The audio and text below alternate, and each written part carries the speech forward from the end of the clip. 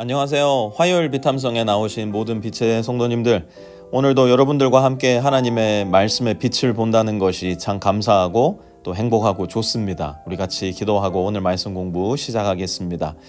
하나님 아버지, 우리에게 밝은 햇살처럼 따뜻하고 선명하게 다가오시는 하나님을 찬양합니다. 오늘도 말씀으로 우리의 어두운 마음과 생각을 밝혀주시고 우리의 의지와 결단까지도 단단히 하나님의 마음에 붙들어 메워주셔서 말씀 따라서 또 빛을 따라서 더 밝은 곳으로 날마다 걸어가는 우리의 생이 되게 하여 주십시오. 예수님의 이름으로 기도합니다. 아멘. 오늘은 마태복음 5장 14절 말씀 함께 공부해 볼 텐데요. 오늘도 여러분들 말씀 노트 왼편에 오늘 한 절 말씀 기록해 보도록 하겠습니다.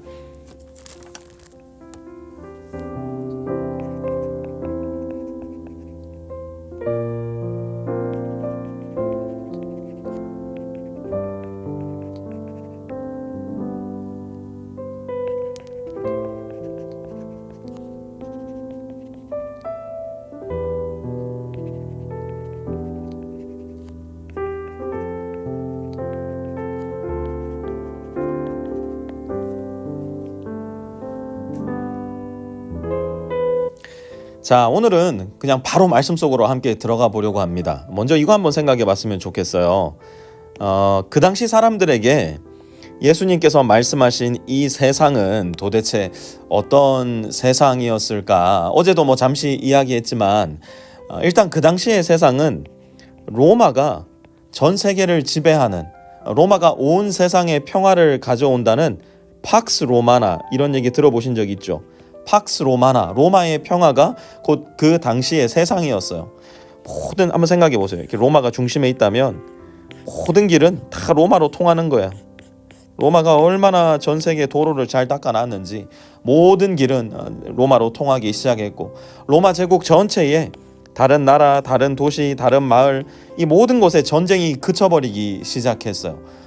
그리스 로마의 문화, 그렇게 유명한 그리스 로마, 이 문화가 이 로마를 중심으로 제국 곳곳으로 스며들기 시작했어요. 그렇다 한다면 이 세상 제법 살만한 세상 아닌가요? 정말로 평화가 도래한 것 아닌가요? 정말로 밝은 세상, 맑은 세상, 살기 좋은 세상이 열린 것 아닌가요? 물론 우리는 20세기나 지난 세상 속에서 역사의 기록들로만 그 당시의 로마를 볼 수 있기 때문에 100% 정확하게 그 당시의 상황을 안다 말할 수는 없겠죠. 그러나 우리에게는 성경 역사를 포함해서 충분한 역사적 기록들이 남아있기 때문에 얼마든지 그 당시의 상황을 볼 수 있을 텐데요. 일단 로마 제국 안에는요, 노예가 너무 많았어요. 노예.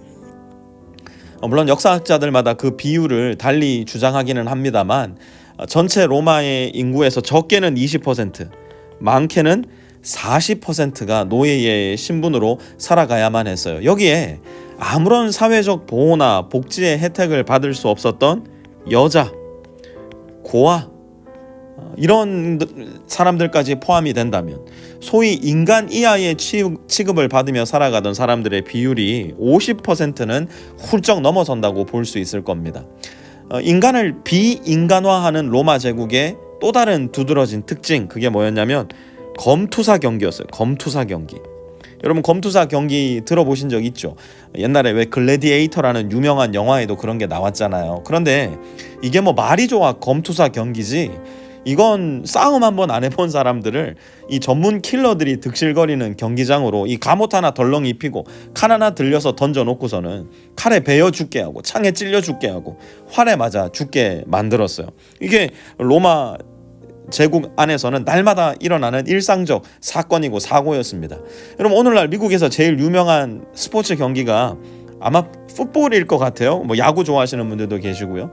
한국에서는 축구가 가장 인기 있는 스포츠 경기일 텐데, 마치 우리가 저 알링턴에 있는 AT&T 스테디움에 가서 달라스 카우보이즈를 열렬히 응원하듯이, 텍사스 레인저스를 열렬히 응원하듯이, 또 우리가 월드컵만 되면 대한민국 팀을 열렬히 응원하듯이 이 콜로세움에 모여 있는 수많은 로마 시민들이 실제로 사람을 칼로 찔러 죽이고 호랑이나 공 같은 맹수를 풀어놓아 사지가 물어 뜯겨 죽게 만드는 그런 경기에 열광하면서 자기와 똑같은 사람을 비인간화하는 일들이 하루가 멀다 하고 일어났던 곳이 바로 이 로마 제국이었어요.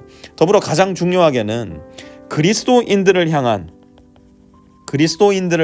엄청난 핍박과 박해가 로마 전역에서 매우 광범위하게 일어났는데요. 우리가 아는 가장 유명한 기독교 박해는 아마 네로 황제의 기독교 박해였을 거예요. 옛날 코미디 프로에 이 네로 황제를 희화화해서 만들어낸 그런 희극들이 많이 있었는데요. 얼마나 잔인한 사람이었는지. AD 64년경에 로마에 대화재가 일어나서 문자 그대로 로마가 불에 폭삭 타버리는 사건이 일어났거든요.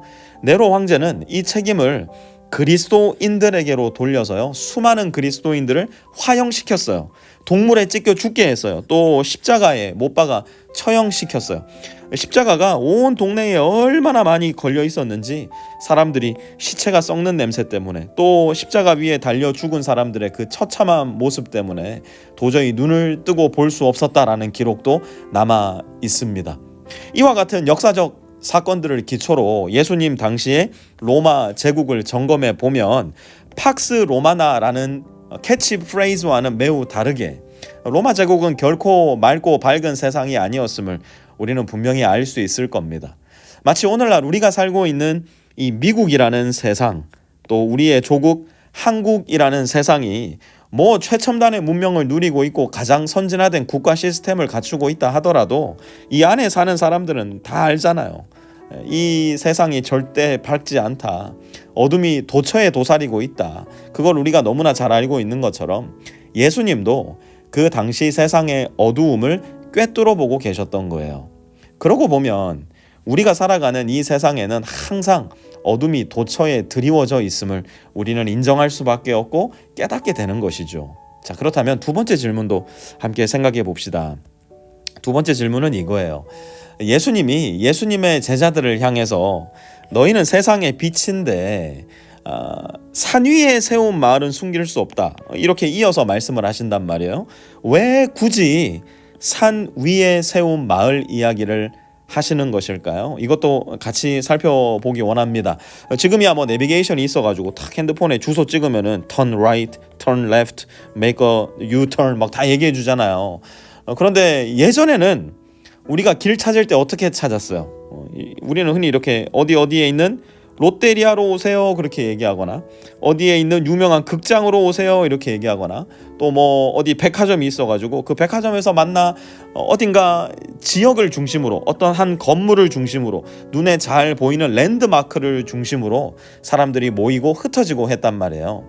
마찬가지로 예수님 당시의 사람들은 길을 찾아갈 때, 특히 어둠이 있을 때 길을 어떻게 찾았냐?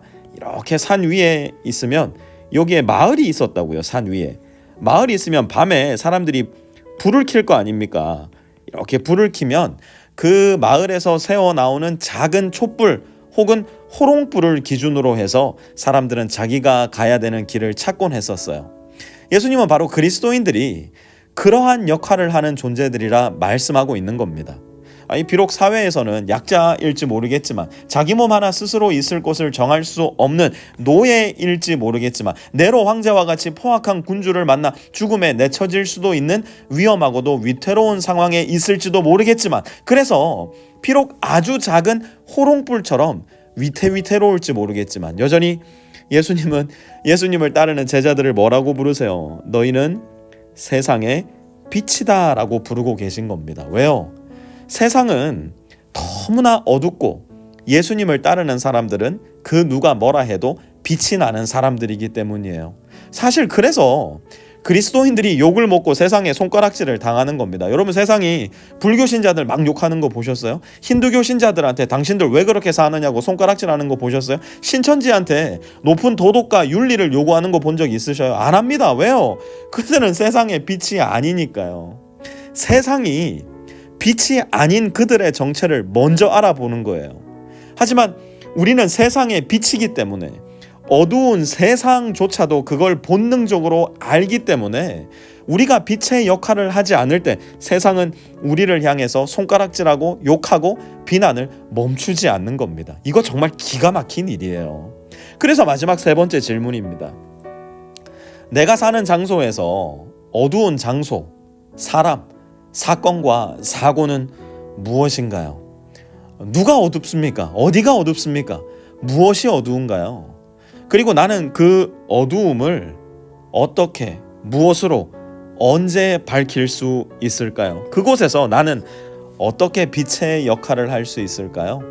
오늘도 이 마지막 질문, 오늘 받은 말씀 생각하고 묵상하시면서 하나님께 지혜를 구해보셨으면 좋겠어요. 하나님, 나를 빛으로 불러주셨으니 나의 세상 가운데 여전히 머물러 있는 어둠이 오늘 나의 한마디 말로, 한 가지 행함으로, 한순간의 결단과 결정으로 물러나고 밝아지게 하여 주십시오. 나를 빛으로 쓰시겠다 하시는 하나님의 말씀에 나를 내어드려서 어둠의 세상이 빛의 세상으로 transform, 변화되게 하여 주십시오. 그렇게 기도하시면서 오늘 비탐성 마무리하도록 하겠습니다.